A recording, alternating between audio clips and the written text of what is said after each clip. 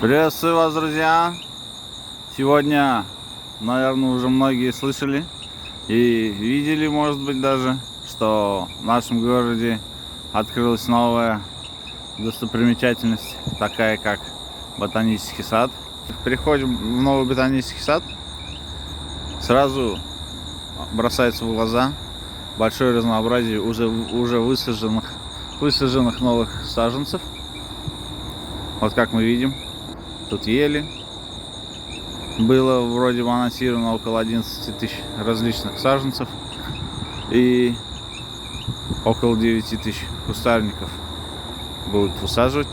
Конечно же, любой ботанический сад, в первую очередь, это большое разнообразие различных деревьев, что, конечно же, на первый взгляд мы здесь можем видеть. Уже даже при входе мы видим большое количество разных деревьев.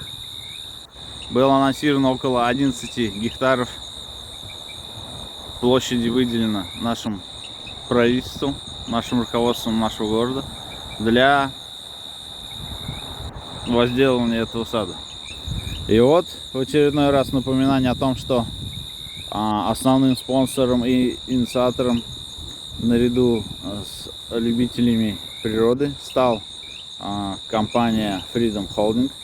А знаете ли вы, друзья, за все существование нашего Каспий банка, всеми любимого нашего Каспий банка, сколько социально значимых проектов было построено нашим всеми любимым Каспий банком?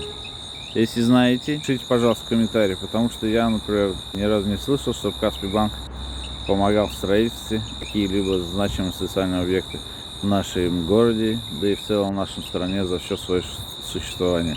Если вы знаете такие объекты, пожалуйста, оставьте в комментарии. Располагается большой водоем. Это предусмотрено для дальнейшего выращивания различных культур водных или околоводных культур, которые тоже будут разнообразить биокультуру. Ну и, конечно же, как без зоны развлечения, без зоны отдыха, в любой достопримечательности.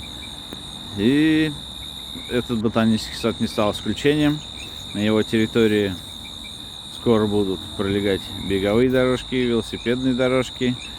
И вот и здесь, может быть, в скором будущем, в тени этих разных красивых деревьев, мы сможем прийти, поиграть в настольный теннис, отдохнуть, посмотреть на редкие и разнообразные виды растений, которые здесь будут обитать.